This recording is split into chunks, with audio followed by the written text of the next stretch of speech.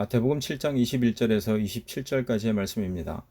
나더러 주여 주여 하는 자마다 다 천국에 들어갈 것이 아니요 다만 하늘에 계신 내 아버지의 뜻대로 행하는 자라야 들어가리라. 그날에 많은 사람이 나더러 이르되 주여 주여 우리가 주의 이름으로 선지자 노릇하며 주의 이름으로 귀신을 쫓아내며 주의 이름으로 많은 권능을 행하지 아니하였나이까 하리니 그때 내가 그들에게 밝히 말하되 내가 너희를 도무지 알지 못하니 불법을 행하는 자들아 내게서 떠나가라 하리라. 그러므로 누구든지 나의 이 말을 듣고 행하는 자는 그 집을 반석 위에 지은 지혜로운 사람 같으리니 비가 내리고 창수가 나고 바람이 불어 그 집에 부딪히되 무너지지 아니하나니 이는 주추를 반석 위에 놓은 까닭이요 나의 이 말을 듣고 행하지 아니하는 자는 그 집을 모래 위에 지은 어리석은 사람 같으리니 비가 내리고 창수가 나고 바람이 불어 그 집에 부딪힘에 무너져 그 무너짐이 심하니라. 오늘 말씀을 끝으로 우리가 지난 5월달에 시작한 산상수훈의 말씀을 마치게 되는데요. 산상수훈이란 말 그대로 예수님께서 산 위에서 가르쳐 주신 말씀이라는 뜻을 가지고 있습니다. 예수님께서는 이 가르침을 통해 하나님의 나라, 곧 천국에 대해 말씀해 주셨는데요. 물론 성경의 모든 말씀들이 하나님의 나라로서의 천국을 가리키고 있는 말씀이기는 하지만 특별히 마태복음 5장으로부터 7장에 이르기까지 기록된 모든 말씀들은 하나님의 나라, 곧 천국에 좀 더 많은 초점을 맞추고 있음을 알 수 있습니다. 그렇다 보니 우리는 이 산상수훈의 말씀을 통해서 종말의 때 우리가 하나님의 나라에 어떻게 하면 들어갈 수 있는지에 대한 말씀과 함께 지금 이 땅에서 하나님의 나라를 누리며 살아간다는 것은 어떠한 것이고 또한 예수님을 믿고 복된 삶을 살아간다는 것이 무엇이며 이 세상에서 예수님의 제자된 자들로서 살아간다는 것이 과연 어떠한 삶을 의미하는 것인가에 대해서 상세하게 살펴볼 수 있었는데요.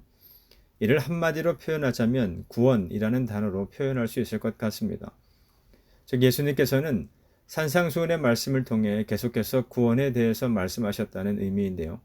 이에 대해 마태복음 7장 13절과 14절 말씀을 통해 우리가 함께 살펴보았던 것은 성경은 오직 예수 그리스도라고 하는 좁은 문과 좁은 길 이외의 다른 어떤 구원을 받을 만한 다른 이름을 우리에게 주신 일이 없다라는 것입니다. 그리고 이러한 성경의 가르침을 통해 오직 예수 그리스도로 말미암은 구원의 문제가 단지 하나님을 향한 신앙 생활을 살아가고 있는 이들에게만 적용되는 말씀이 아님을 들을 수 있었는데요. 하나님께서 예수 그리스도를 이 세상에 보내신 때로부터 지금에 이르기까지 오고 가는 모든 세대와 모든 사람들에게 적용되는 말씀이라는 사실과 함께 이 말씀을 들었건 듣지 못하였건 간에 결코 변하지 않는 진리의 말씀임을 살펴보았습니다. 그런데 오늘 함께 읽은 본문 말씀 가운데 21절 말씀을 보면 이와 같은 구원의 문제가 단지 예수 그리스도를 영접하는 것에서 끝나는 것이 아님을 알 수 있습니다. 기록된 말씀에서와 같이 주여 주여 하면서 주님의 이름을 부른다는 것은 성도들이 예수님을 구세주로 믿고 영접하였을 때 자연스럽게 나오는 신앙 고백인데요. 문제는 이러한 신앙 고백만으로는 다 천국에 들어갈 수 없음을 말씀하고 있다는 사실입니다. 주목해서 보아야 할 것은 이어지는 말씀을 통해서 보게 되는 것처럼 하늘에 계신 내 아버지의 뜻대로 행하는 자라야 천국에 들어갈 수 있음을 말씀하고 있다는 것인데요.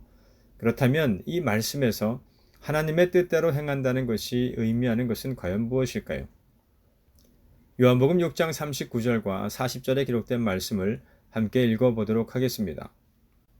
나를 보내신 이의 뜻은 내게 주신 자 중에 내가 하나도 잃어버리지 아니하고 마지막 날에 다시 살리는 이것이니라. 내 아버지의 뜻은 아들을 보고 믿는 자마다 영생을 얻는 이것이니 마지막 날에 내가 이를 다시 살리리라 하시니라. 함께 읽은 39절과 40절은 결국 같은 말씀을 하고 있는 것인데요. 말씀 가운데 나타난 하나님의 뜻은 하나님께서 이 세상을 사랑하심으로 보내주신 예수 그리스도를 보고 믿는 사람이라면 누구나 구원하여 주시며 또한 영생을 얻게 하여 주실 것을 말씀하고 있는데요. 하나님께서 우리에게 영적 양식을 주시기 위하여 보내신 이가 예수님이시고 그 예수님께서 하나님의 아들이 되시며 아울러 세상의 구세주가 되심을 믿는 믿음으로 살아가는 가운데 사람들로 하여금 우리 모두의 구세주가 되시는 예수 그리스도를 믿고 영접할 수 있도록 말씀을 가르쳐서 지켜 행하도록 하는 일을 감당하는 것과 함께 구원받은 성도들로 하여금 하나님 보시기에 합당한 믿음의 삶을 살아갈 수 있도록 돕는 사명을 감당하는 것이 곧 하나님의 뜻대로 행하는 것임을 성경은 말씀합니다. 이러한 하나님의 뜻과는 상관없이 다만 주여 주여를 부르짖는 예배와 찬양 그리고 기도를 하나님께서는 받지 않으시며 기뻐하시지 않는다는 것인데요. 아무리 큰 헌신이나 희생 그리고 종교적인 열심을 행한다 하더라도 그 가운데 예수 그리스도에 대한 고백과 믿음 그리고 믿음에 따른 실천이 없다면 그 모든 행동이 헛될 뿐이라는 말씀입니다. 교회의 중심과 신앙생활의 중심 그리고 믿음의 중심에는 언제나 예수 그리스도가 있어야 한다는 것이죠. 아울러 예수 그리스도의 제자된 자들에게 주어진 사명, 곧 모든 민족을 제자로 삼아 아버지와 아들과 성령의 이름으로 세례를 베풀고 예수님께서 우리에게 분부하신 모든 것을 가르쳐 지키게 하는 일, 다시 말해서 땅끝까지 이르러 예수 그리스도의 증인된 삶을 살아가지 못한다면 이는 하늘에 계신 하나님의 뜻대로 행하는 자들이 아님을 예수님께서 말씀하시고 계신 것인데요. 이처럼 아버지의 뜻대로 행한다는 것이 과연 무엇인지에 대해서 비유로 설명하고 있는 말씀이 있습니다. 바로 마태복음 21장에 기록된 말씀인데요. 28절로부터 31절에 기록된 말씀을 함께 읽어보도록 하겠습니다. 그러나 너희 생각에는 어떠하냐? 어떤 사람에게 두 아들이 있는데 맏아들에게 가서 이르되 예 오늘 포도원에 가서 일하라 하니 대답하여 이르되 아버지 가겠나이다 하더니 가지 아니하고 둘째 아들에게 가서 또 그와 같이 말하니 대답하여 이르되 실소이다 하였다가 그 후에 뉘우치고 갔으니 이 둘 중에 누가 아버지의 뜻대로 하였느냐? 이르되 둘째 아들이니이다. 예수께서 그들에게 이르시되 내가 진실로 너희에게 이르노니 세리들과 창녀들이 너희보다 먼저 하나님의 나라에 들어가리라. 전체 말씀을 함께 읽지는 않았지만 이야기의 발단은 예수님께서 성전에서 가르치실 때 대제사장들과 장로들이 예수님께서 과연 무슨 자격으로 성전에서 가르치시는지를 묻는 장면으로부터 시작됩니다. 이때 예수님께서는 요한의 세례가 하늘로부터인지 아니면 사람으로부터인지를 답하면 당신께서도 그들의 질문에 답을 주시겠다고 말씀하시고는 포도원에 나가 일할 것을 말씀하신 아버지의 명령 앞에서는 순종할 것을 말하였지만 결국 실천하지 않았던 큰아들과 비록 그 아버지 앞에서는 나가서 일하라는 명령을 거절했지만 결국 뉘우치고 말씀하신 대로 나가서 일하였던 둘째 아들의 비유를 통해서 단지 예라고 대답하는 것이 중요한 것이 아닌 순종하고 실천하는 것의 중요함을 말씀하셨습니다. 말씀을 가르칠 자격이 있고 없고보다 더 중요하게 여겨야 할 것이 그 말씀을 따라 순종하는 삶을 살고 있느냐라는 것인데요. 함께 읽은 비유의 말씀을 통해 예수님께서는 포도원에 가겠다고 하고 가지 않은 이들을 대제사장과 장로들의 무리로 가지 않겠다고 했지만 뉘우치고 간 둘째 아들을 세리와 창녀에 비교했음을 볼 수 있습니다. 이는 신분이나 자격 또는 조건으로는 비교할 수 없는 두 무리의 사람들이지만 예수님은 뉘우치고 포도원에 간 것이 곧 하나님의 뜻을 따라 행한 것임을 말씀하고 계신 것인데요. 단지 말만을 앞세우는 자격 있는 사람보다 비록 자격은 없을지라도 뉘우치고 행하는 사람이 하나님의 뜻에 합당한 사람임을 말씀해 주시고 있는 것입니다. 즉 교회에 잘 다니고 스스로 예수님을 구주로 믿는다라고 고백을 하며 신앙생활을 잘하는 것으로 비춰지기는 하지만 실제로는 말씀을 따라서가 아닌 자신의 생각에 옳은 대로 행하며 하나님을 신뢰하며 의지하지도 않는 이들이 있는 반면에 함께 읽은 말씀에서와 같이 말씀을 처음 들었을 때에는 순종하지 못하였지만 결국 자신의 잘못을 깨닫고 자신에게 주어진 말씀을 따라 순종하는 사람들이 있다면 하나님께서는 과연 누구를 더 기뻐하시겠느냐는 것인데요. 성전에서 가르치시는 예수님을 대적하는 대제사장들과 백성의 장로들은 앞서 이야기한 소위 신앙생활을 잘하는 것처럼 사람들에게 비춰지는 이들입니다. 비유의 말씀을 통해서 본다면 아버지가 포도원에 가서 일하라고 하면 예 라고 대답하면서 마치 순종하는 것처럼 보이는 자들이기는 하지만 정작 그들은 하나님을 위해 하는 것이 없음을 보게 됩니다. 심지어 하나님의 말씀을 전한 세례 요한과 예수님을 믿지 않고 대적하는 자들임을 성경은 말씀합니다. 다만 외식하는 자들에 지나지 않으며 육신의 생각을 따라 행하는 자들에 불과하다 하는 것인데요. 반면 가서 일하기 싫다고 투덜대기는 했지만 결국 포도원에 가서 일한 둘째 아들과 같은 이들은 세리들과 창녀들에 해당됩니다. 이는 신앙생활을 잘하며 하나님의 말씀에 순종하는 것처럼 사람들에게 보이는 것이 중요한 것은 아님을 의미합니다. 다만 그가 하나님 앞에서 어떠한 삶을 살아가고 있는지가 중요하다는 뜻입니다. 세상의 평가가 중요한 것이 아닌 하나님의 말씀을 따라 행하였는지 그렇지 않은지를 하나님께서는 중요하게 바라보신다는 의미입니다. 그리고 둘째 아들과 같이 결국 하나님의 뜻을 따라 행한 자들이어야 하나님의 나라에 들어가게 될 것임을 주님께서는 마태복음 7장 22절 통해 말씀하고 있는 것입니다. 22절과 23절 말씀을 다시 한번 읽어보도록 하겠습니다. 그날에 많은 사람이 나더러 이르되 주여 주여 우리가 주의 이름으로 선지자 노릇하며 주의 이름으로 귀신을 쫓아내며 주의 이름으로 많은 권능을 행하지 아니하였나이까 하리니 그때 내가 그들에게 밝히 말하되 내가 너희를 도무지 알지 못하니 불법을 행하는 자들아 내게서 떠나가라 하리라. 함께 읽은 말씀에서의 그날에 라는 표현은 종말에 있을 심판의 날을 의미하는데요. 이러한 종말에는 육체적인 죽음과 함께 찾아오는 개인적인 종말이 있고 예수님께서 심판주로 재림하시는 이 세상의 마지막 날로서의 종말이 있습니다. 그러나 개인적인 종말이든 혹은 이 세상의 마지막 날로서의 종말이든 변하지 않는 하나의 사실은 그날의 모든 사람은 하나님의 심판대를 피할 수 없다는 것입니다. 그리고 이처럼 하나님의 심판대에 서는 그 날에는 사람들은 자신들이 행한 모든 일이 드러나게 됨을 보게 되고 고린도 후서에 기록된 말씀처럼 선악간에 그 몸으로 행한 것을 따라 심판을 받게 될 것임을 성경은 말씀하고 있는데요. 함께 읽은 말씀을 보면 이때 하나님의 심판대에 서게 된 사람들 가운데는 주의 이름으로 선지자 노릇을 한 사람들도 있고 귀신을 쫓아낸 사람들과 주의 이름으로 많은 권능을 행한 사람들도 있음을 알 수 있습니다. 그런데 놀라운 것은 이러한 자들을 향한 예수님의 말씀인데요. 주의 이름으로 많은 권능을 행한 자라 할지라도 구원받지 못할 자가 있다라고 말씀하고 계시기 때문입니다. 많은 권능을 행했다는 것은 기적과 이적을 행할 수도 있으며 또한 훌륭하고 위대해 보이는 큰 업적들을 남겼을 수도 있음을 의미합니다. 그럼에도 주님께서는 그러한 자들 가운데에서 구원받지 못할 자가 있음을 말씀하신 것인데요. 그 이유로 예수님께서 말씀하시고 계신 것은 그들이 불법을 행하였기 때문임을 말씀합니다. 예수님의 이름을 부르며 기도를 하고 또한 기적을 행하지만 정작 그들의 믿음과 신앙이 믿음의 주인이 되시는 예수님과 전혀 상관이 없다면 그것이 곧 불법을 행하는 것과 마찬가지라는 의미입니다.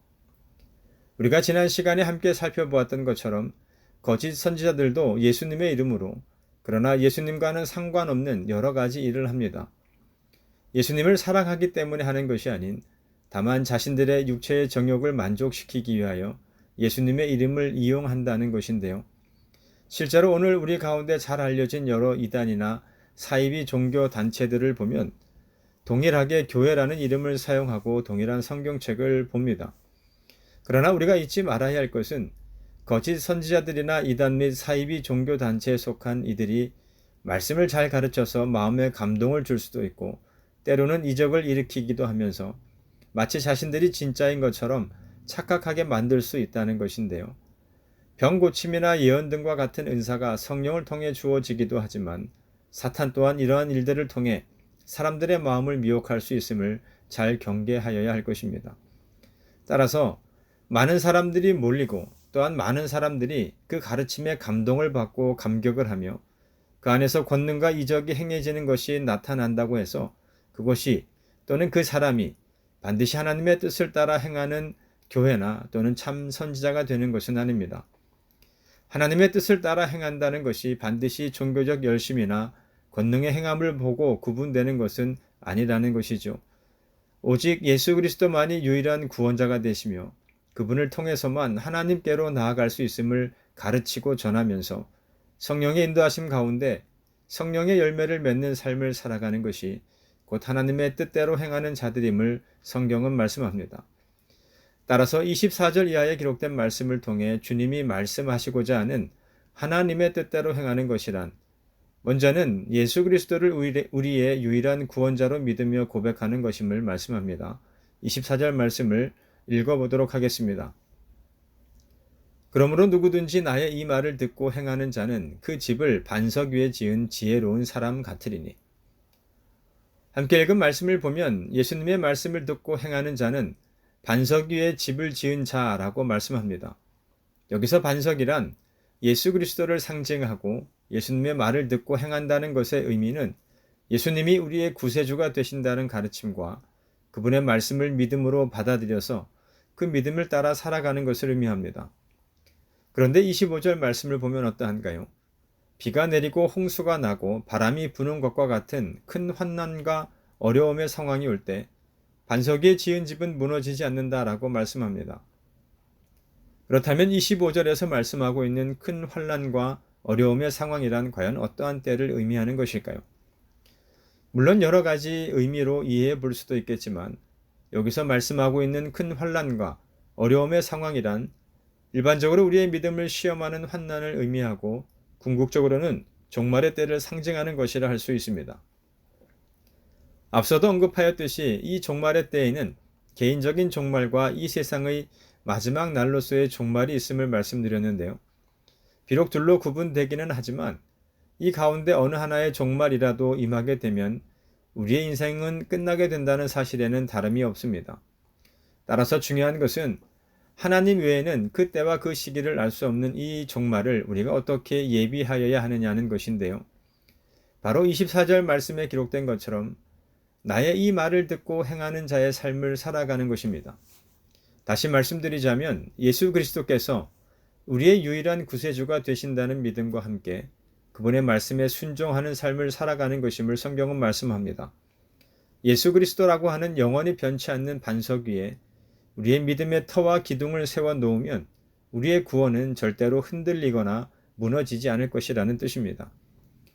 또한 24절 이하에 기록된 말씀을 통해 주님이 말씀하시고자 하는 하나님의 뜻대로 행하는 것의 두 번째는 우리의 신앙생활의 이유와 목적을 예수 그리스도로 삼는 것인데요. 이에 대한 여러분의 이해를 돕기 위해 다음과 같은 질문을 해보겠습니다. 오늘 여러분들께서는 왜 하나님을 믿고 성경에 기록된 말씀을 따르는 신앙생활을 해나가고 계신가요? 라는 질문인데요. 사실 이 질문은 여러 가지의 답을 요구하고 있지는 않습니다.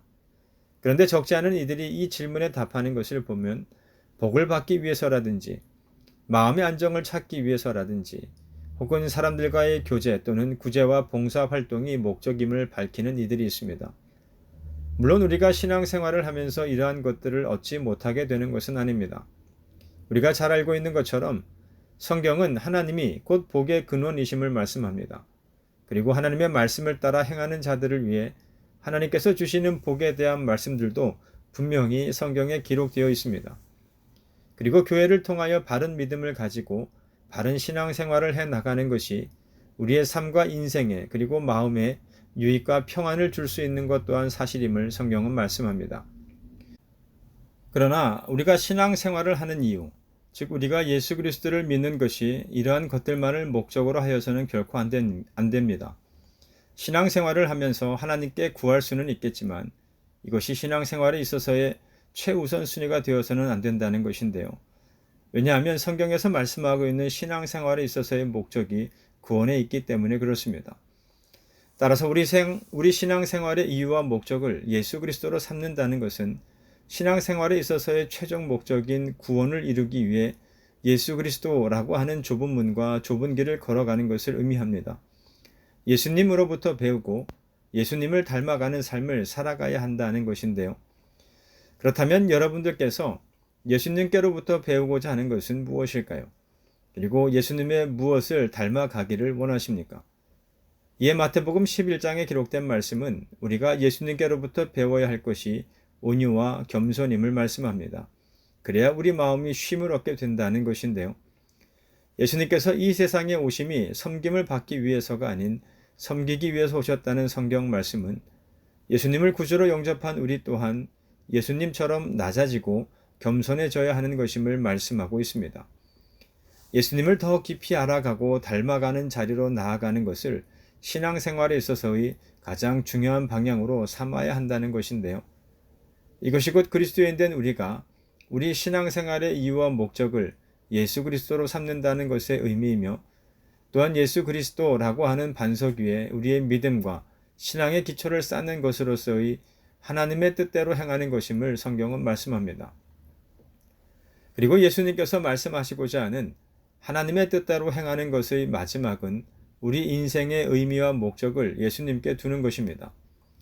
이는 신앙생활을 해나가는 우리가 세상 사람들이 자신들의 인생의 의미와 목적으로 삼고 살아가는 것과는 달라야 함을 의미합니다.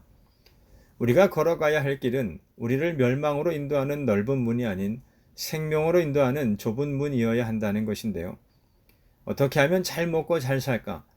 또는 어떻게 하면 세상에서의 성공적인 삶을 살아갈 수 있는지에 초점을 맞추는 삶이 아닌 과연 어떻게 하면 예수 그리스도의 마음을 품고 살아갈 수 있을까? 다시 말해서 하나님 나라 백성에 합당한 삶을 살아가는 것에 중점을 두어야 한다는 뜻입니다. 앞서도 언급하였던 것처럼 비가 내리고 홍수가 나고 바람이 분다는 것은 종말적인 의미도 포함하고 있지만 우리가 인생을 살아가면서 겪게 될 수도 있는 모든 희로애락을 의미하는 것으로도 생각해 볼 수 있습니다. 한마디로 인생이라는 것이 자신의 생각대로만 흘러가는 것은 아니라는 것이죠. 비록 내가 계획하거나 목적한 것이 있다 하더라도 예기치 못한 일로 인해 중단될 수도 있고 때로는 좌절을 겪게 될 수도 있다는 것인데요. 사실 신앙생활을 하는 사람이나 그렇지 않은 사람이나 누구나 할 것 없이 인생을 살아가면서 시련을 겪게 될 수도 있고 고통이나 고난 또는 낙심과 절망을 경험하게 될 수도 있습니다. 그리고 그에 따라 슬퍼할 수도 있고 아파할 수도 있습니다. 누구라도 예외는 없다는 것이죠. 그러나 인생의 의미와 목적을 어디에 두고 사는지에 따라 그 상황을 바라보는 관점과 마주하는 자세는 다르게 나타납니다. 신앙생활을 하는 사람은 내가 계획한 대로나 목적한 대로 인생이 풀리지 않더라도 또한 그로 인해 좌절을 겪게 될지라도 하나님께 감사할 수 있고 여전히 예수님을 신뢰하는 삶을 살아갈 수 있습니다. 왜냐하면 인생에서 환난이나 고난 그리고 좌절을 겪게 된다 할지라도 그것이 곧 우리 인생의 끝을 의미하는 것은 아님을 알기 때문입니다. 지금은 이해할 수 없는 고통의 문제들로 인해 아파하고 슬퍼할 수는 있을지라도 하나님께서는 결국 이 모든 것을 통해 우리를 향한 당신의 뜻을 이루시고 성취하실 것을 믿기에 그 아픔과 슬픔 가운데서도 감사와 찬양의 자리로 나아갈 수 있는 자들이 곧 인생의 의미와 목적을 예수님께 두는 자들이라는 의미입니다. 따라서 우리 인생의 의미와 목적을 예수님께 둔다는 것은 내가 주인이 된 삶이 아닌 예수님께서 내 삶의 중심이 되시고 주인이 되셔서 나를 인도해 주시며 보호해 주시는 분이심을 믿는 것입니다. 내가 겪는 모든 일들이 결국에는 합력하여 선이 되고 나에게 유익이 되도록 하여 주실 것을 믿는 것입니다. 이것이 곧 예수님의 말씀을 듣고 행하는 자의 삶이며 그 집을 반석 위에 지은 지혜로운 사람의 살아가는 방식이라는 것이죠.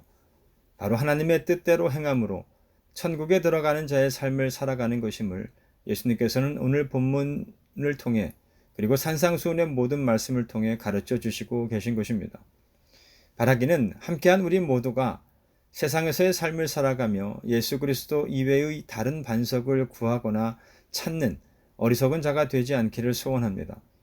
오직 예수님만이 우리가 믿고 의지할 수 있는 유일한 구원의 반석이 되심을 믿는 믿음으로 세상 끝날까지 우리와 항상 함께하여 주실 것을 약속하여 주신 예수님과 날마다 동행하는 삶을 살아가는 여러분 모두가 되시기를 축원합니다.